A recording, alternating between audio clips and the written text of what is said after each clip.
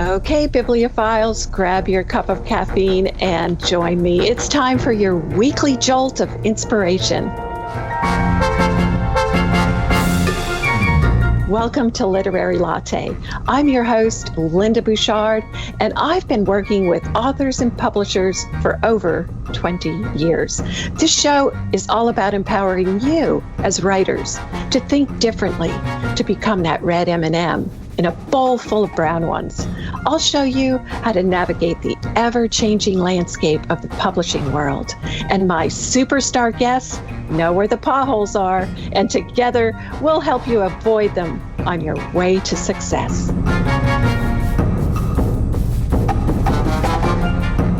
What if a flight attendant woke up in a Dubai hotel room, hungover?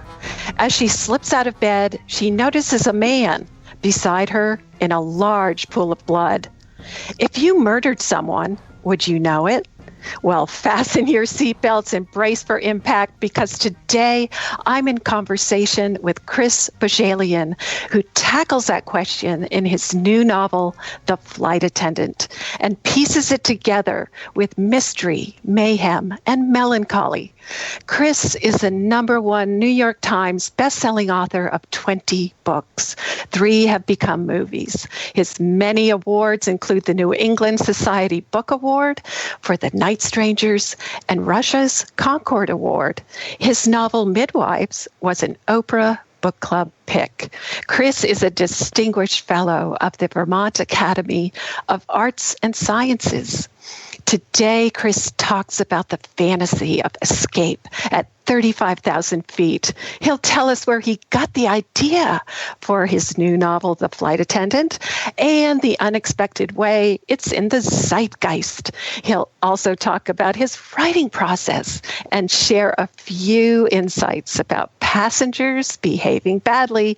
Chris, come join me on the jump seat. Welcome aboard. Lynda, it's a pleasure to speak with you, especially given the fact that you've spent a lot of time at 35,000 feet yourself, keeping us all safe and comfortable.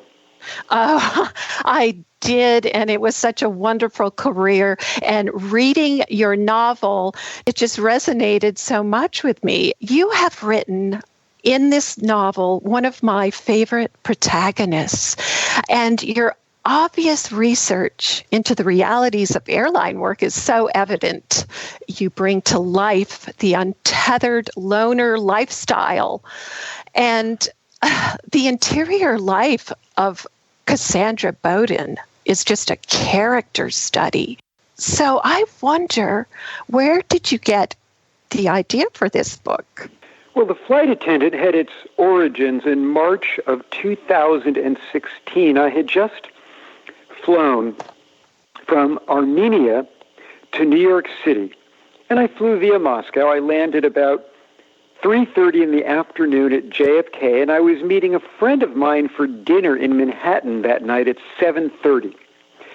So I went straight to the restaurant, left my bags in the coat room. I got there at 6:30 at night, and I went to the bar. And 3 things came together alchemically.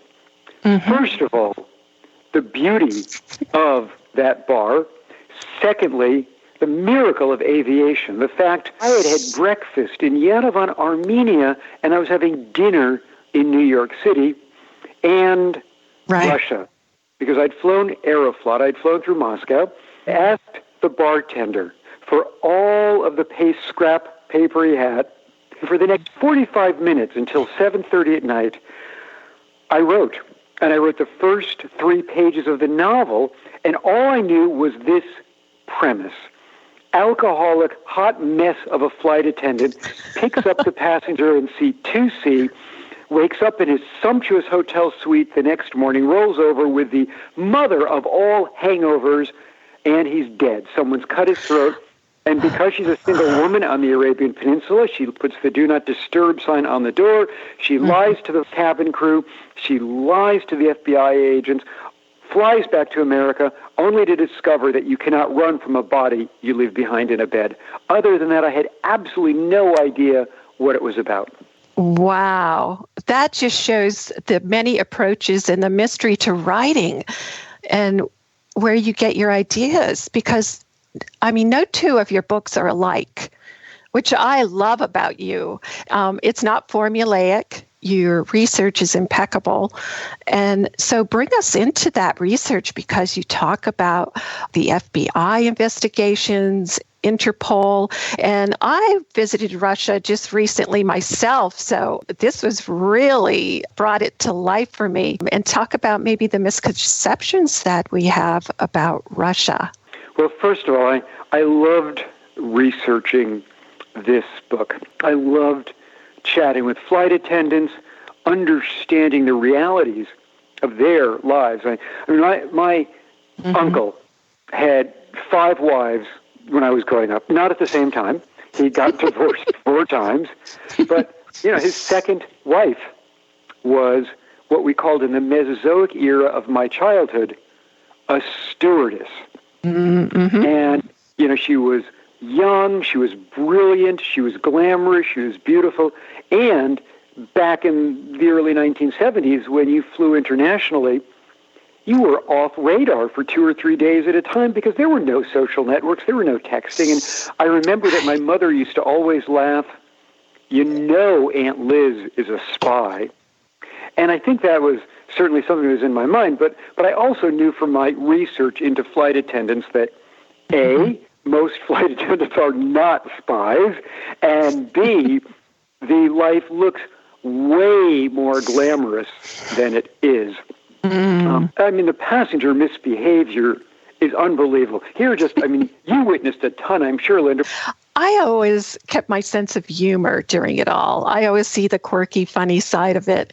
And being a flight attendant is wonderful training for everything in life, maybe even being a spy or working for the FBI, because it's a mysterious kind of other side of life, the underbelly. We don't have 9-to-5 jobs. People don't really know what we do once we're off the airplane. Yep. And you'd imagine that flight attendants would be a staple of crime fiction, maybe except for Elmer Leonard's Rum Punch. They're not really used a lot. Why do you think? Why are flight attendants not used more often? I am surprised because we do think it is glamorous, because we do have this fascination with aviation.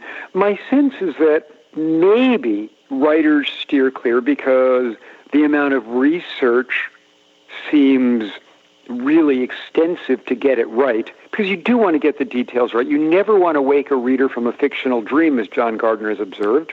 And it might also be the fact that it feels kind of like a very, very special club, a closed, I don't want to say sorority or fraternity, because those both imply that it's one gender or the other, but a closed club, because you've got very specialized training.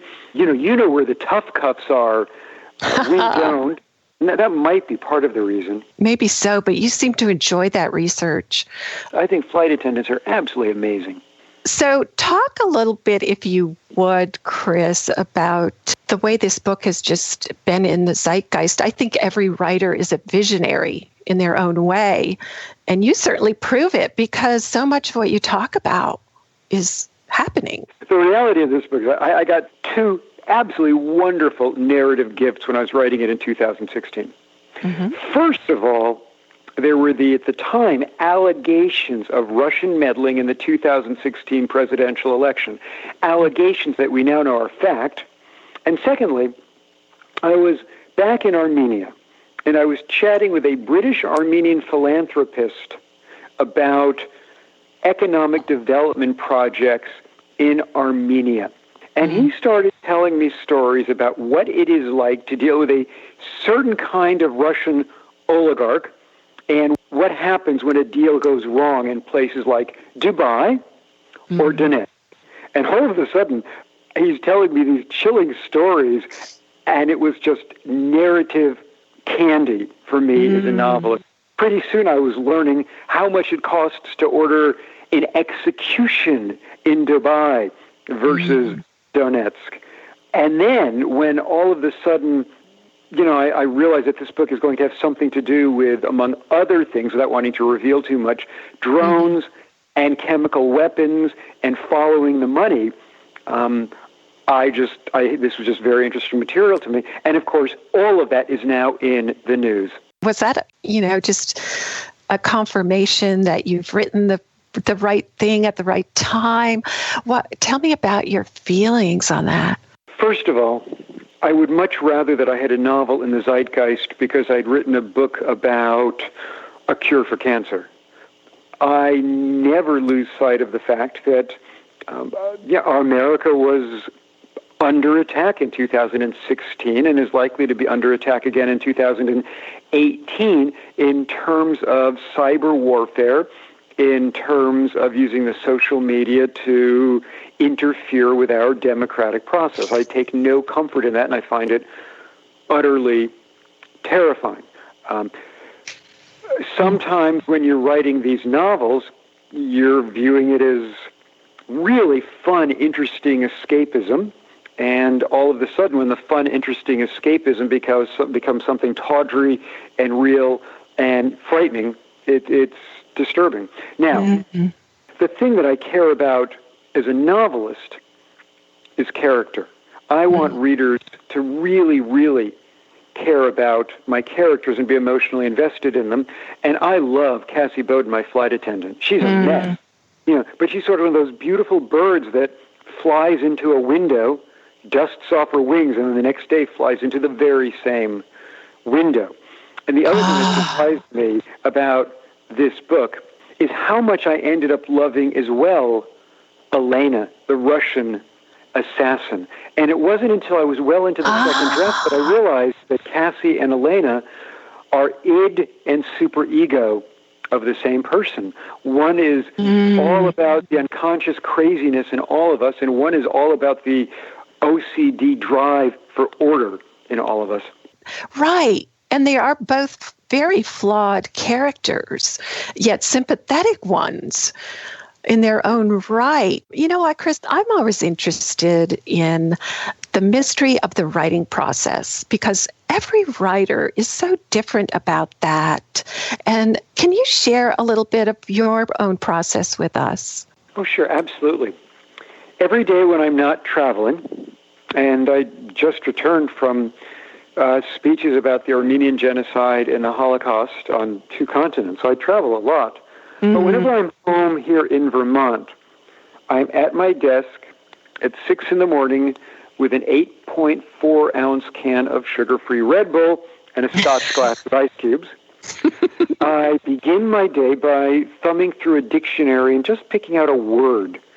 Noctividant, luminescent, phosphorescent, that I don't use in conversation. Just a pretty interesting word, and I hope to use the word that day, make it among the 1,000 I'm going to write, because that's my goal every day, is to write 1,000 words before lunchtime. And I watch, the next thing I do after picking out a word is I watch movie trailers.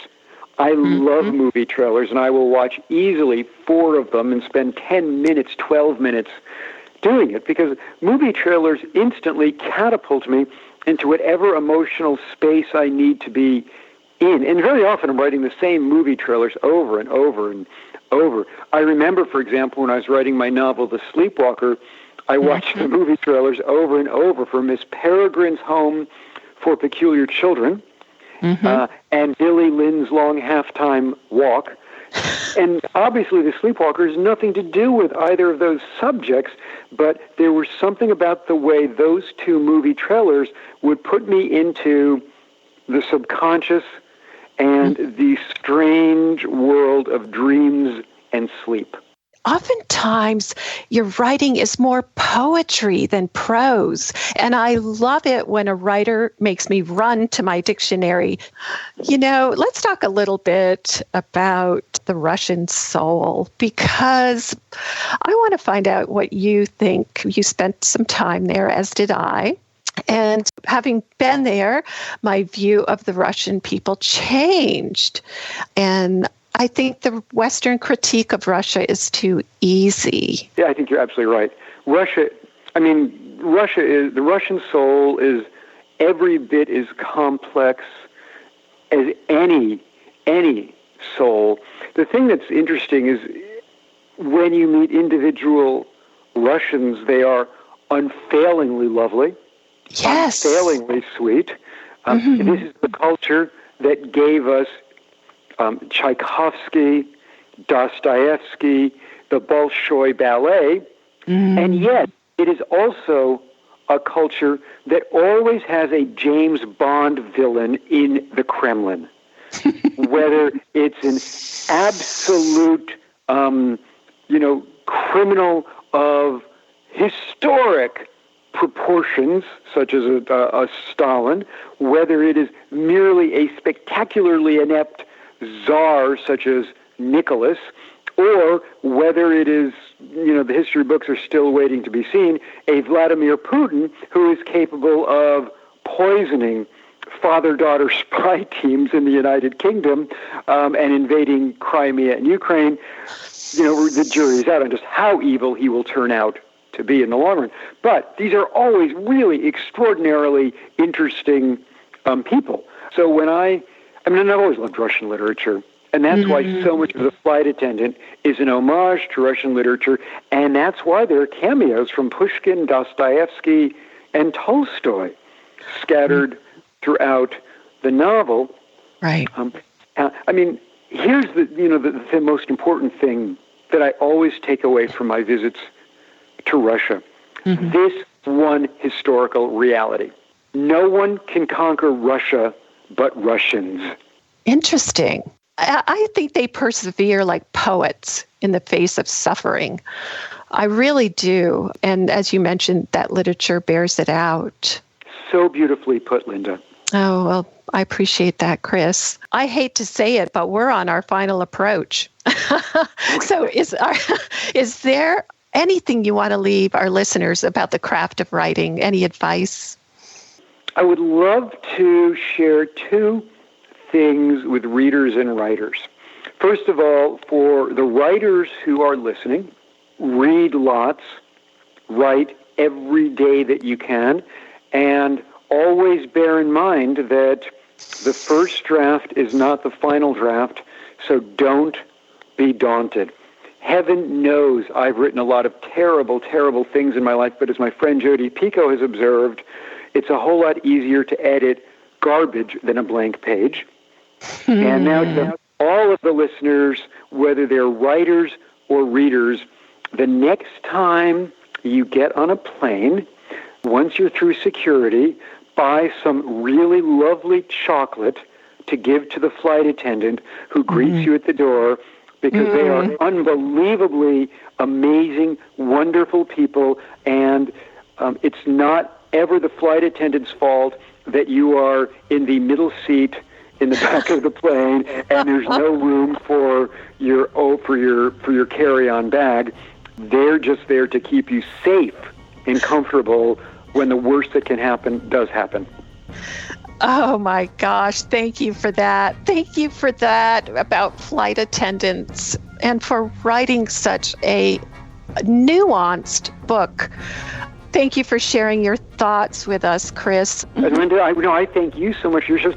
And I also thank you once again for my really, really cool Piedmont cap. I've been wearing it with pride. Oh, well, I am so happy to hear that because you are an unofficial crew member now. And folks, if you want to find out more about Chris Bohjalian, you can go to my website, bookingauthorsinc.com. And Chris, thank you, my friend.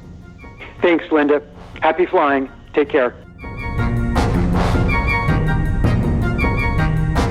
You've been listening to Literary Latte with Lynda Bouchard. For more information, visit bookingauthorsinc.com.